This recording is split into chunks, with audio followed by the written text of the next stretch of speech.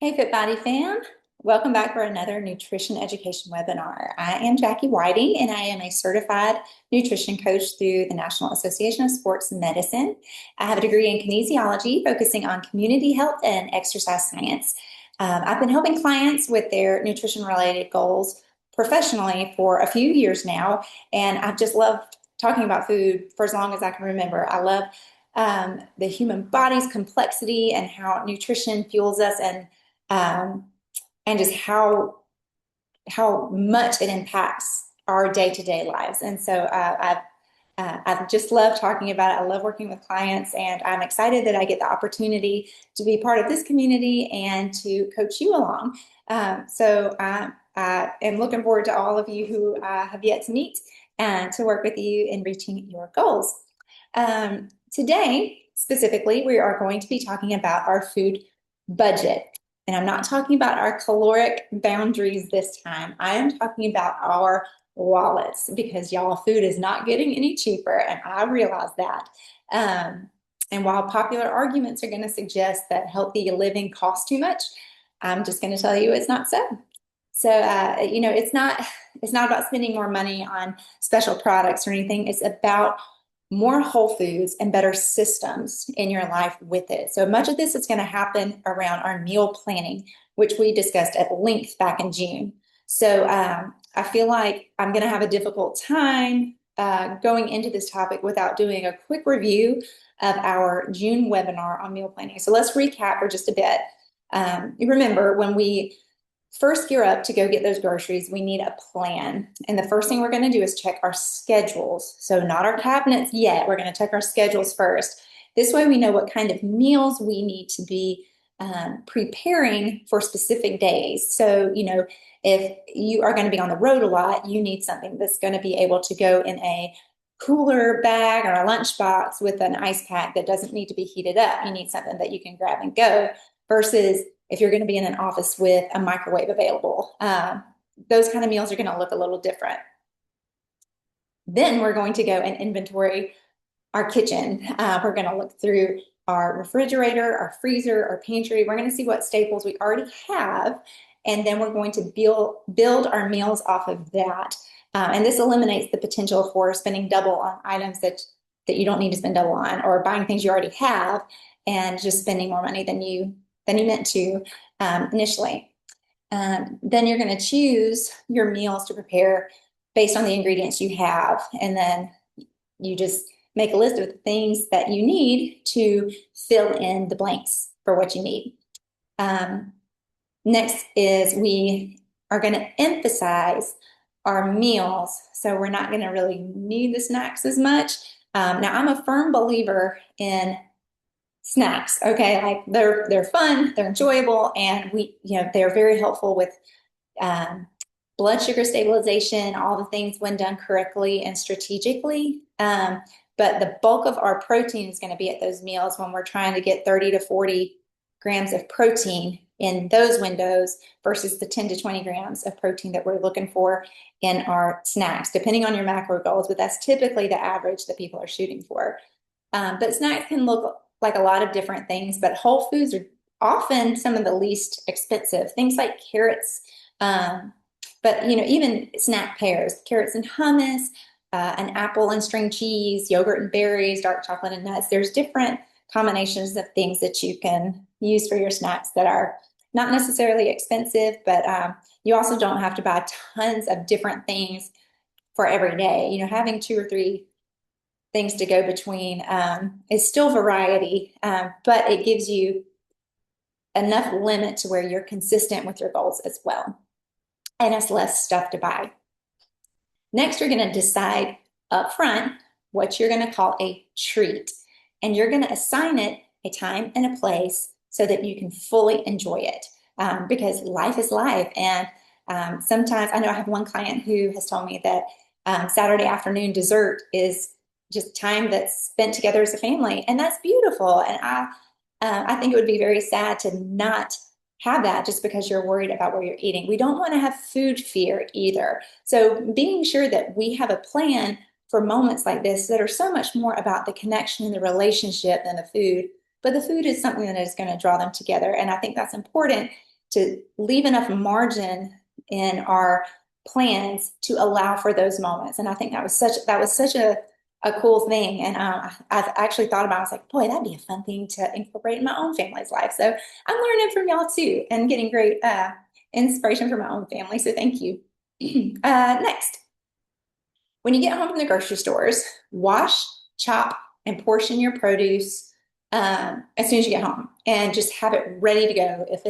If you have to stop, wash, and prepare produce before you eat it every time, you're less likely to do it when you need something quick and convenient.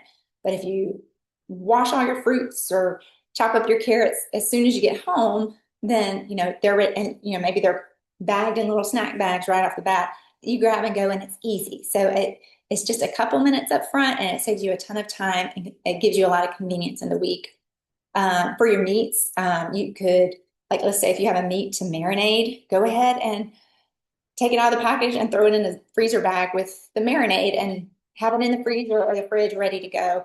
It takes not even minutes to do, but that one extra step is going to just take that one thing off of your plate, no pun intended, later. It's going to put one thing on your plate, but one thing off of your to-do list later. And then, of course, just always keep it simple. A meat, a vegetable, a complex carb. This creates a meal. And that can look like lots of different things, but just keep it simple. Not every meal has to be this huge elaborate thing with 1,000 weird health ingredients. It can be very simple. A meat, a veggie, a complex carb, salt, pepper, and a couple simple herbs that you've got, or spices, and you've got a delicious meal. And to rotate through different things like that. And then last but never least, preset the coffee pot.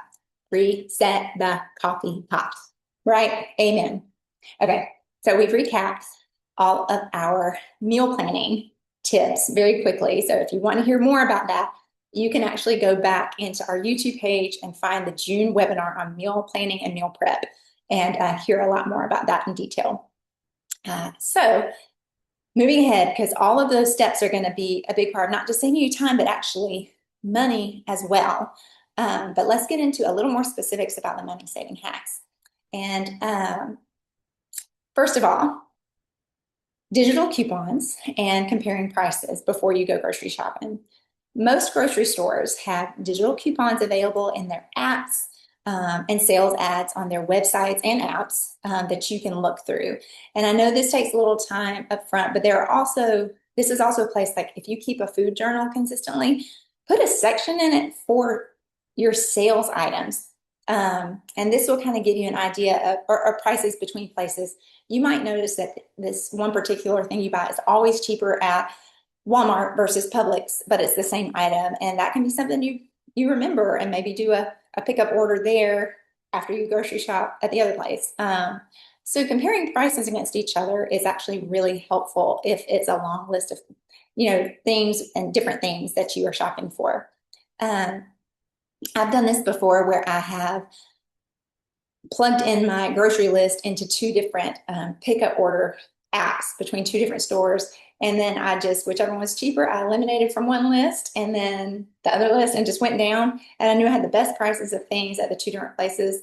And where I live, the grocery stores are very close to each other. So I was able to loop in and get one bag from one store, loop in through the other store for the rest. And I knew I had the best deals. I know that's not an option for everybody, but if it is, that's something you could consider.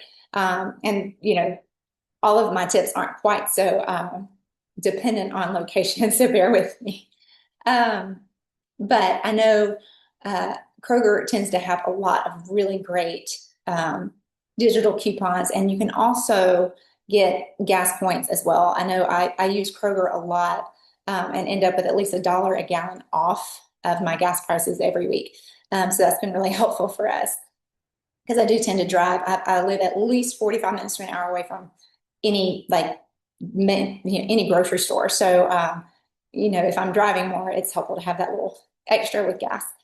And I'll say this too, and this isn't necessarily the ultimate money saving hack to bank on, but Kroger's clearance section is usually really great. Don't buy what you don't need, of course, but if you're being very strict with your budget, obviously don't buy what you don't need, but I have found some really great stuff in the Kroger clearance sections before.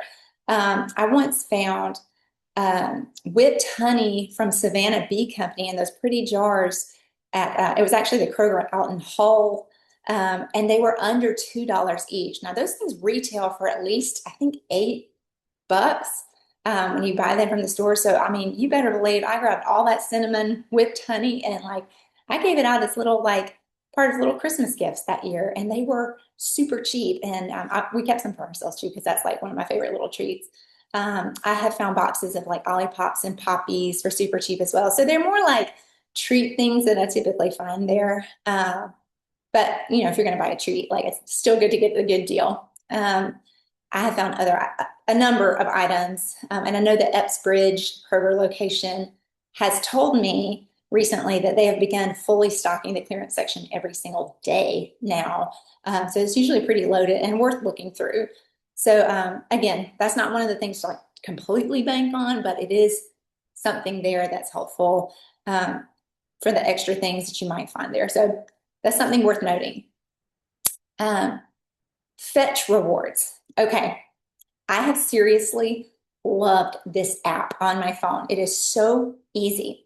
You scan a picture of your receipts into the app and it will give you points. Now, sometimes you get a lot of points for featured items, and sometimes you get just the baseline 25 for a receipt. But once you earn a certain number of points, and it can be, 25 or 50 or whatever, there's different levels, you can actually cash in those points for gift cards. It is absolutely legit. I use it all the time, and I always get an Amazon gift card. This is how I've bought, I've bought things that the kids might need off of these gift cards. I've kept my makeup restocked whenever I need it off of this thing. But it's totally legit. So it's called Fetch Rewards, FETCH. And if you're interested in that, when you sign up, you can use my code, which is capital RJHUY, and you will get 6,000 sign-up points just to get you started. From me to you guys. All those letters are capital. RJHUY is the sign-up code. So that's a great way to at least be earning off of your purchases.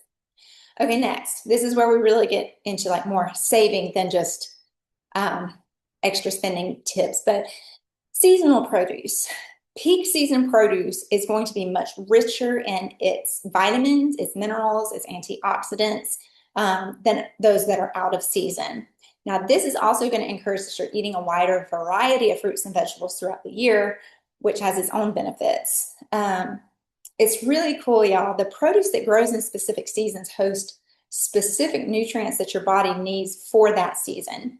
So, for example, in spring, the produce that is just already in season is going to focus more on natural detox in your body and cellular health. So things like spinach, asparagus, radishes, they're loaded with vitamin K and folate and iron for boosting energy. They're incredible for liver support, which is where natural detox is going to happen in your body, one place anyway.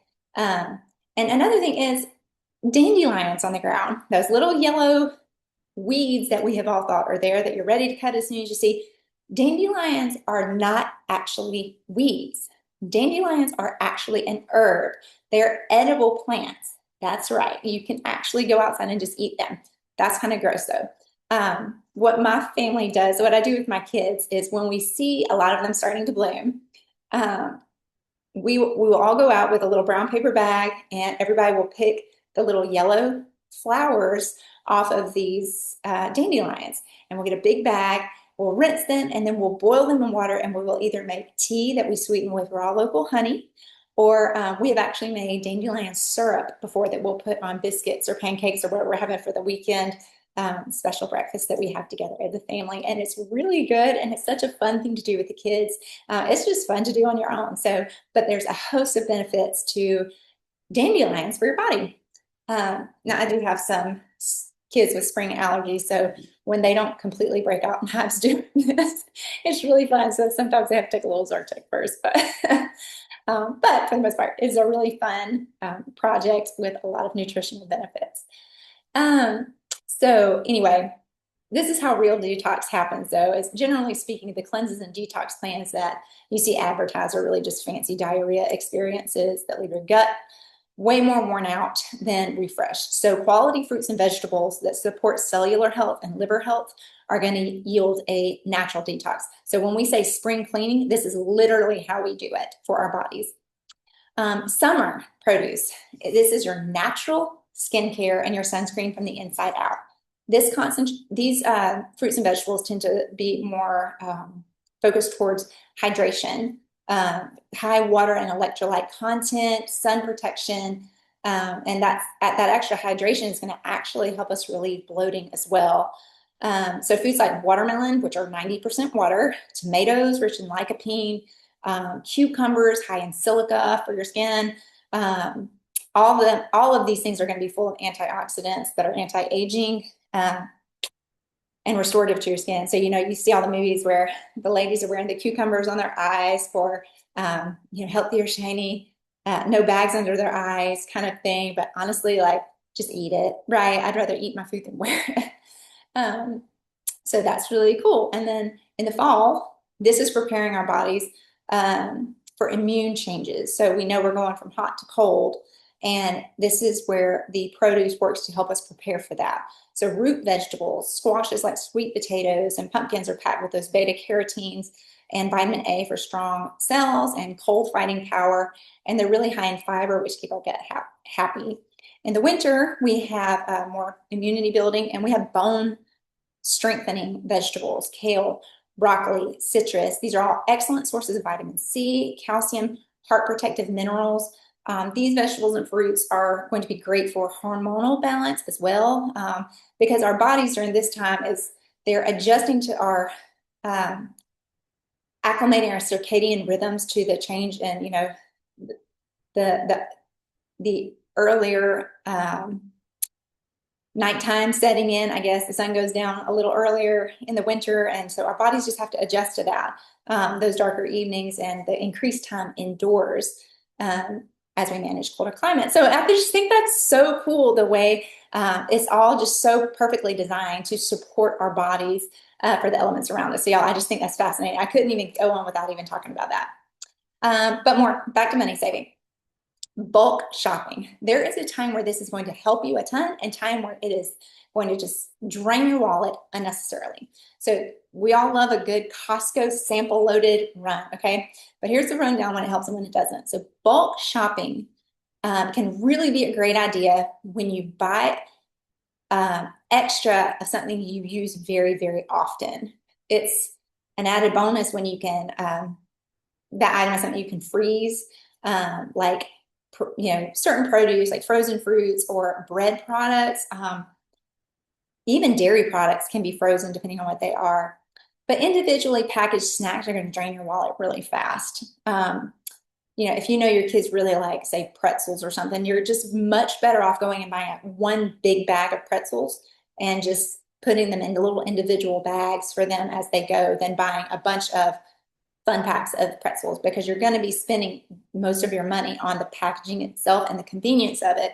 So the price per ounce of product that you're receiving is going to be a lot more for the individually packaged stuff than just one big bag. And that's not just pretzels, that's kind of across the board. But other items like rice, breads, pasta, oats, any sort of grains or seasonings or broths, nut butters, baking goods, flour. Flour actually can and should be kept in the freezer. It will go bad over time. If you think about it, flour is comes from wheat. It's a plant, right? So once it is milled into flour, it's prepared for use. So think if you cut up an apple and leave it on your counter, it's going to go bad. Now, flour might take longer to do that. It's got a higher shelf life based on, sometimes based on additives that are put in it, but just it looks like it lasts longer. But it actually is a great idea for preserving it, to keep it in the freezer or in the refrigerator for extended shelf life and just healthier shelf life.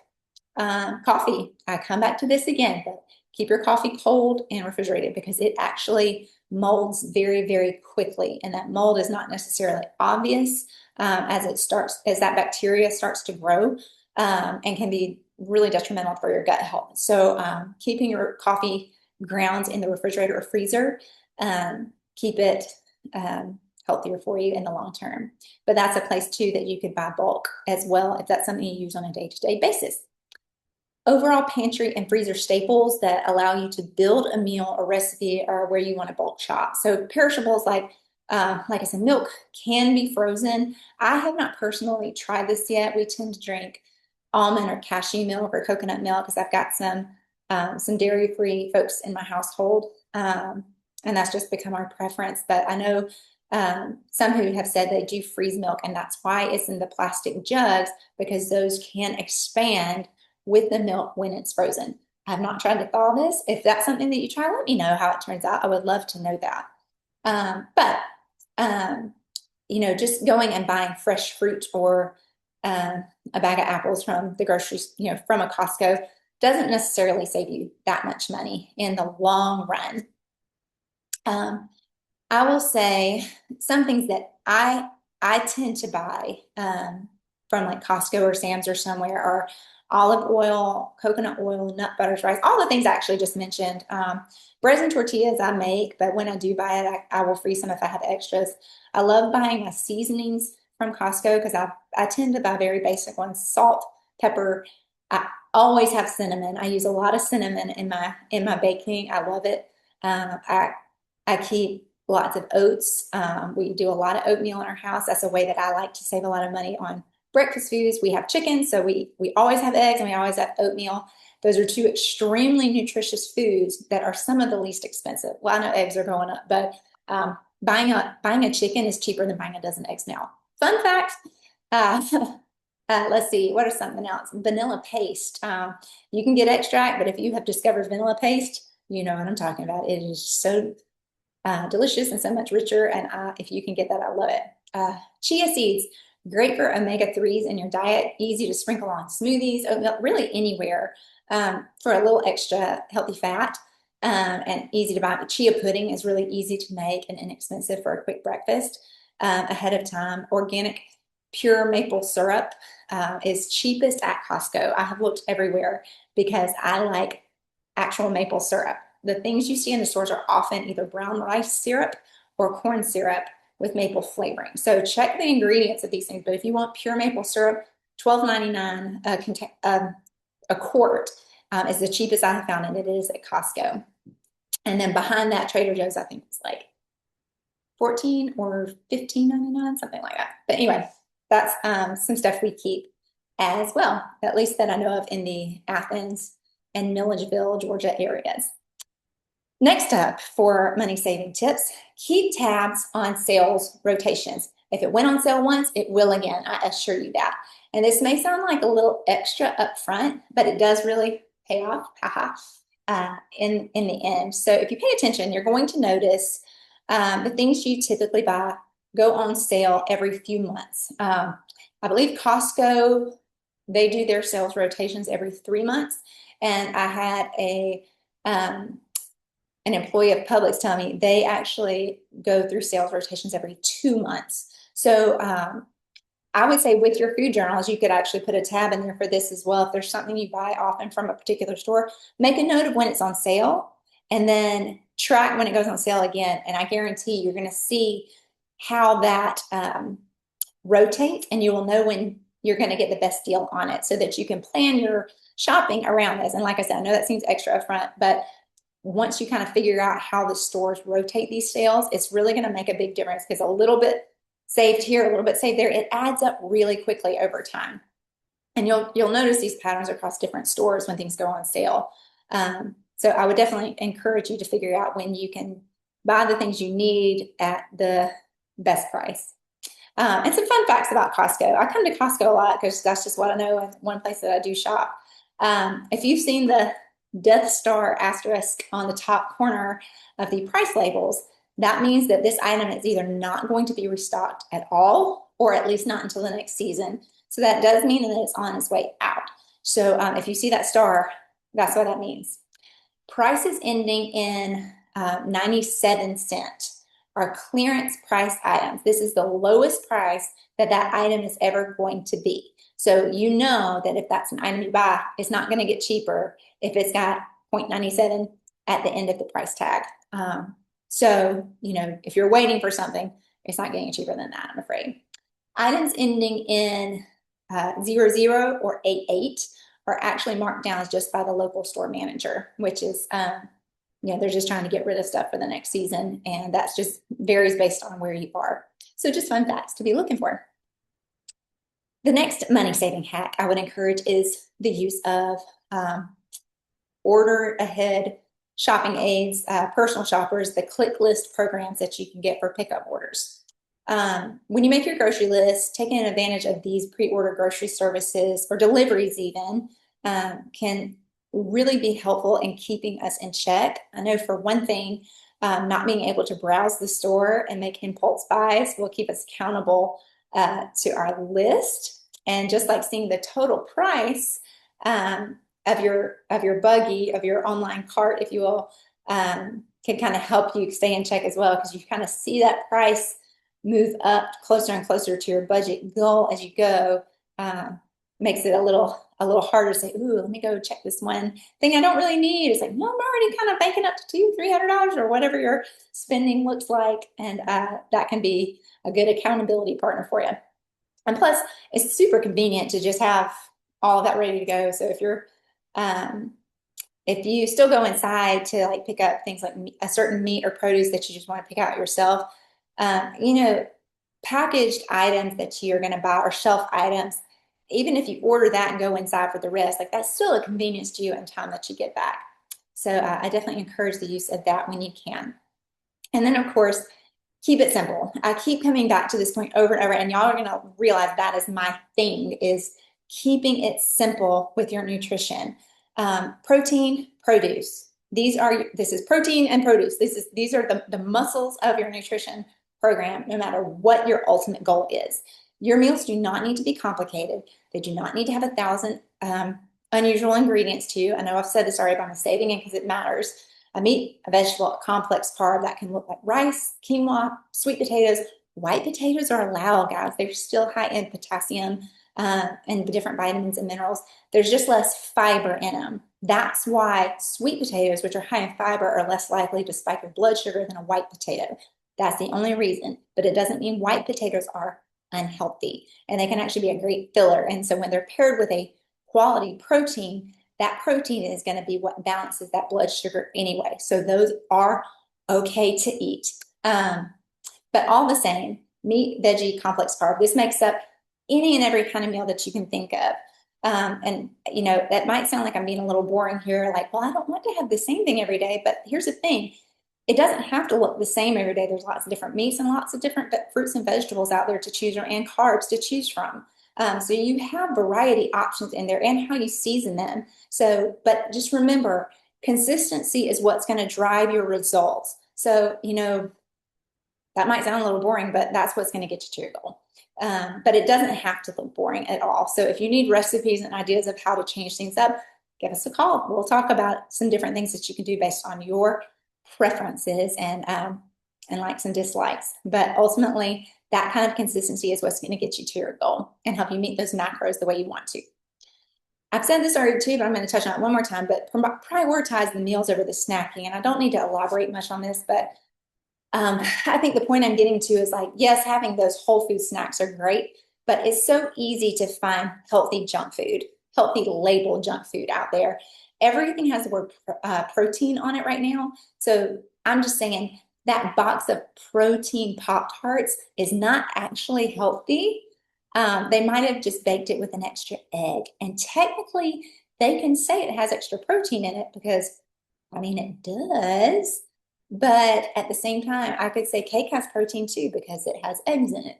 That doesn't mean it is supplemental to your protein macro goals, and it doesn't mean that it's good for you. So you have to be careful with the labeling here. And also, those things are pricey. You can eat one Pop-Tart and still be starving, and the box is gone, and you're going to be hungry a couple hours later.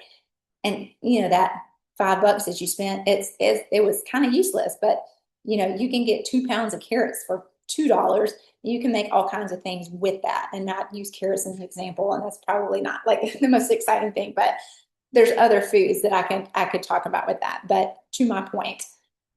Um, so anyway, I will also say as you lower your sugar intake, if you're trying to add more whole foods to your diet and lessen the amount of processed sugars or granulated sugars in your diet, you're going to recognize that things like carrots or bell peppers are actually going to start tasting almost like candy to you. And maybe that's a little hyper dramatic, but they're going to taste sweeter than they used to. So I don't know if you know this, but your palate is actually trainable. Think about, for you parents out there, you remember pediatricians telling you if your kid tries a different food 18 times, they'll start to like it. So exposure leads to familiarity and eventually comfort, but you can train your tongue to accept foods that you did not once accept. Your body is going to take in nutrients, and the more it recognizes it's getting what it needs, it's going to crave it. So as you feed yourself more and more of these whole foods, you're going to want less of the more processed items, packaged items, and you're going to actually find yourself preferring the whole food options for you as well. I promise you that that works. So try it, and if I'm wrong, prove me wrong, but I'll die on that hill. The next money saving hack that I would encourage is do it yourself. I know that everybody is busy, but I'm telling you, making your own bread, making your own tortillas, your own granola or granola bars, English muffins, gummies for the kids, salsa, dressings, marinades, your own marshmallows, even whatever your thing is.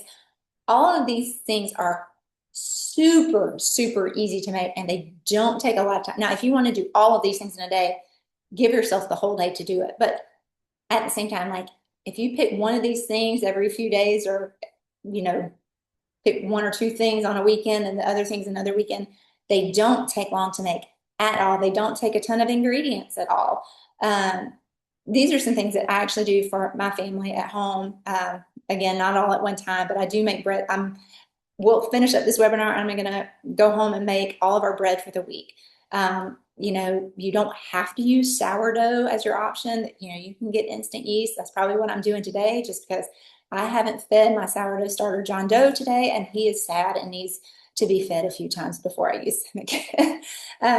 But you can use these simple ingredients, and it'd be instant yeast, flour, and salt, maybe a little honey, and then I will have 4 bread loaves in an hour and a half versus the $5 it would have taken to just buy 1 loaf of bread at the store, and that's all from 1 bag of flour that has way more to go and will stretch way farther. And I've spent pennies on these loaves versus the dollars on the one off the shelf, just with a little time up front. So, but I will say a lot of these ingredients too, when you start to make them yourself, are going to be, I know I said marshmallows, which is sugar, which I use pure maple syrup and beef gelatin for that. And so, yes, it's sugar, but I would rather have those 2 ingredients than the long list of artificial ingredients that come in the prepackaged processed version of it. So there are things we can do to just maybe tweak what we like to make it healthier for our bodies, that actually work for us and not so much against us. Because a lot of things on the shelf are typically loaded with a lot of unwanted ingredients. So, and those ingredients we're paying for them, not just financially, but physically as well. So if there is room in your life to start learning how to kind of make some of your staples kind of maybe one thing at a time, that's a great way to save tons of money. I know, I think I would say a 5-pound bag of flour, somewhere between $6 and $10, depending on the brand, if it's organic or not, how big a bag you get. And it's going to yield tons and tons of loaves of bread, of really all your bread products, where, like I said, a single loaf, depending on your brand, if it's organic or not, is $2 to $10. So again, something to think about. Salad dressings is another one. Y'all, flavor can be added with very minimal ingredients for a very maximum effect. A few lemon slices go a long way in adding flavor to dishes. Oil and vinegar as well. You do need to always watch portion sizes with things that are containing a lot of fats, but they are good fats and we want those. We don't want to be scared of those. I can actually send these recipes out, but there's a couple of dressing recipes that I really love. One is made with a third cup of orange juice, a fourth cup of extra virgin olive oil, 1 tablespoon of Dijon mustard, honey, apple cider vinegar, and a pinch of salt and pepper, and you shake it and you go. And it's so good. It's a great summer dressing. And I actually have a friend, another nutrition coach friend, who gave me this recipe, and it was 4 tablespoons of plain hummus, 4 tablespoons of balsamic vinegar, 4 teaspoons of, she said she used brown mustard, I used Dijon, and then half a teaspoon of ground or minced ginger, and a pinch of orange zest if you have it, and then you thin it with water to your to the consistency you like, and you shake it up. It's delicious, and that's actually an oil-free one. And then, but my go-to in the fall is going to be 3 parts oil, 2 parts balsamic, and 1 part fig butter. It's my absolute favorite. I love it. So those are things you can marinate things with, or dressings for your salads. Free stuff. That's fun. Another do-it-yourself recipe that I am a hardcore fan of, and you've probably figured this out by now, but it is bone broth. It is just too easy and it's too cheap to miss out on. So you get a full meal. You know, you buy the bird, you cook it, you get to eat the chicken, and then you throw the remains of it into a crock pot, top it with water, splash 2 or 3 tablespoons of apple cider vinegar, season it with salt and pepper. And then if you have some vegetables, you know, your carrots, your onion, your celery, whatever you like, add that in there. Add, you know, if you have herbs that you can add, I love adding rosemary and thyme to mine. You don't necessarily have to do that, but you can. And you let that simmer for at the minimum a day. I have let mine go for a day and a half to 2 days. It's typically what I do, so that it's dark and it almost gelatinous when it's done. Once it sits for a little bit, but yeah, it is delicious. It's so good for your gut. It's really cheap. It's easy. I know you can, you know, I mean, you can use it anywhere. Everybody knows how to use broth, but it's not just for soup. When I've made rice, I will, instead of using water, I will use broth to prepare rice. I will pour it in a pan when I'm cooking vegetables, like on the stove top. I actually will, my family will just heat it up and drink it straight. I know one of my kids, especially, like all my kids will drink it, but one of my daughters, especially, she loves getting the little bendy straws and a teacup, and she drinks it like that. Like that's her favorite little tea time, is to drink her bone broth in a teacup with a little bendy straw. So it becomes a fancy thing for her. So she loves that. And I actually have a really delicious recipe for bone broth hot chocolate that I've used in the winter. And it sounds so weird, but I promise it's not chocolatey chicken soup. But I will say I only make broth. I make it plain. I don't add salt, pepper, herbs, and stuff like that if I know I'm going to make this hot chocolate with it, just so it's not weird tasting. But it's really, really yummy. And if you make that homemade marshmallow to go on top, perfect, chef kiss. Yeah, it just feels kind of elite. I know y'all are probably like, that is so extra. But I promise it does not take long. The crock pot does the cooking for me, and I don't have to deal with it. I throw it in there and then I go do other things. So I let my appliances do my work, and I remember that that's what they're there for. But yeah, all the homemade stuff is good as you are able to. Because I like treats just as much as anybody, and I want to make them work for me. The next thing I would suggest is to consider frozen produce. As much as I love fresh fruits and vegetables, and they are perfect for their time and place, when the budget is tight, opting for frozen is a great way to go. Frozen produce is always picked in its peak season, and ripeness, so it always tastes really great and is almost always cheaper, a cheaper option. And you know, when it is fresh produce in season, you know, things, supply and demand, everything's available, so it's cheaper. Frozen produce is always available, so it's cheaper. You know, and it's not going to spoil in your, you know, in your fridge in a matter of days. It's going to sit in your freezer.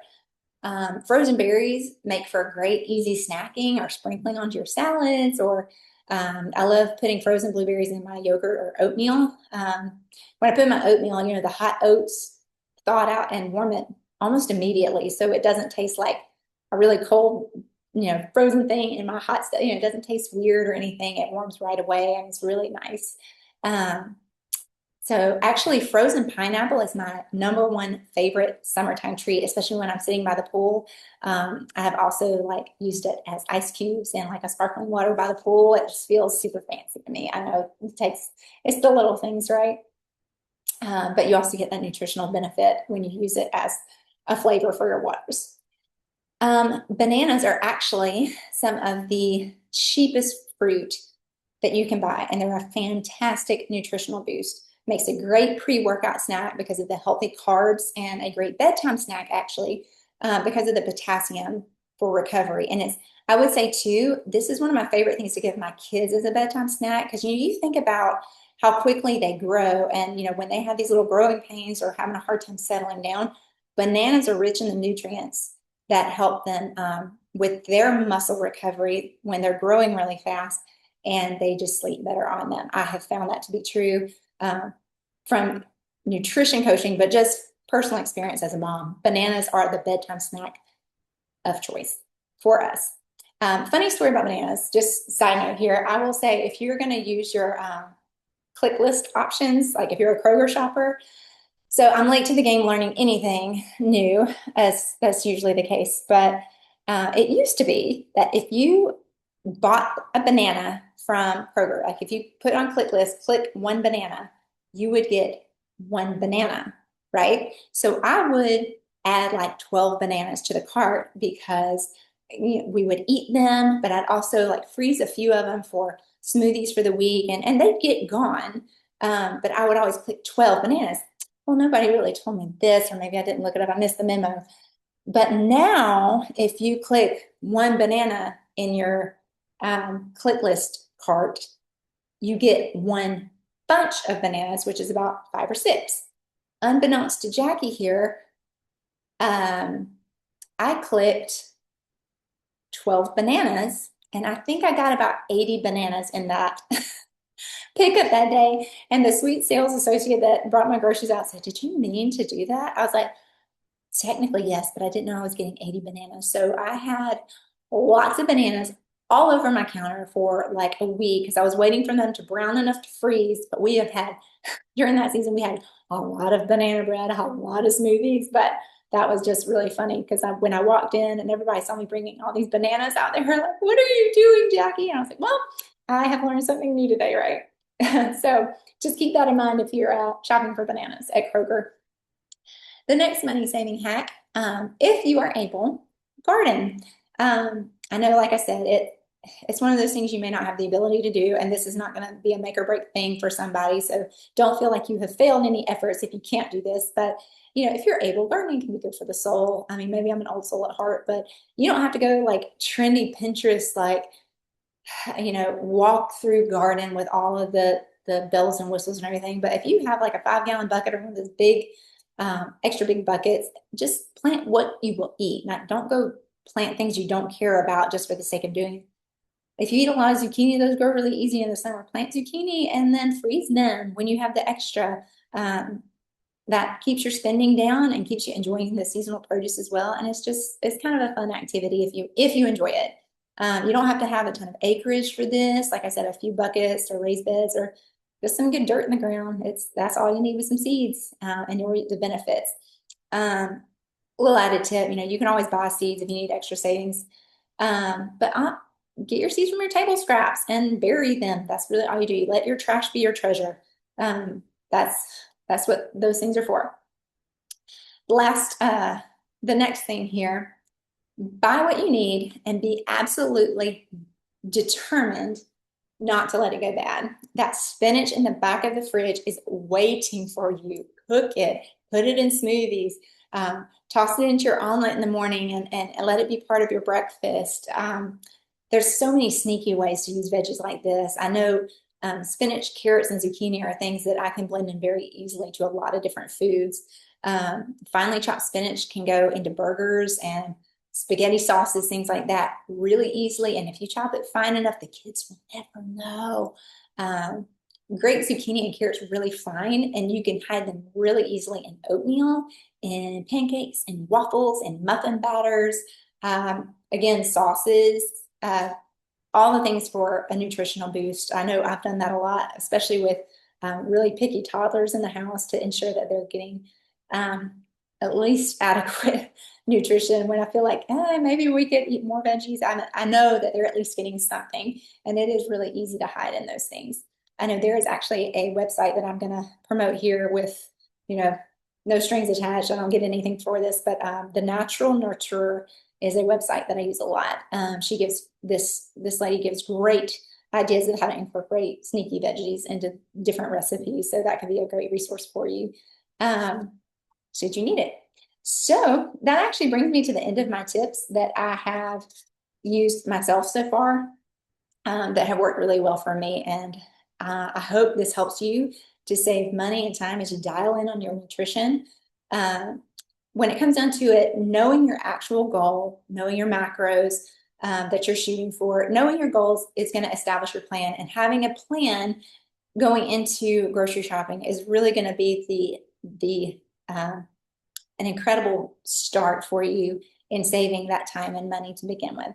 If you need help setting up that plan, I'm here for you. I have a few spots left for our one-on-one nutrition coaching program, and I would love for you to jump on that while it is still available. I'll help you set up that specific plan, and I will calculate those macros for you based on your body type, and we will develop a custom plan for you together.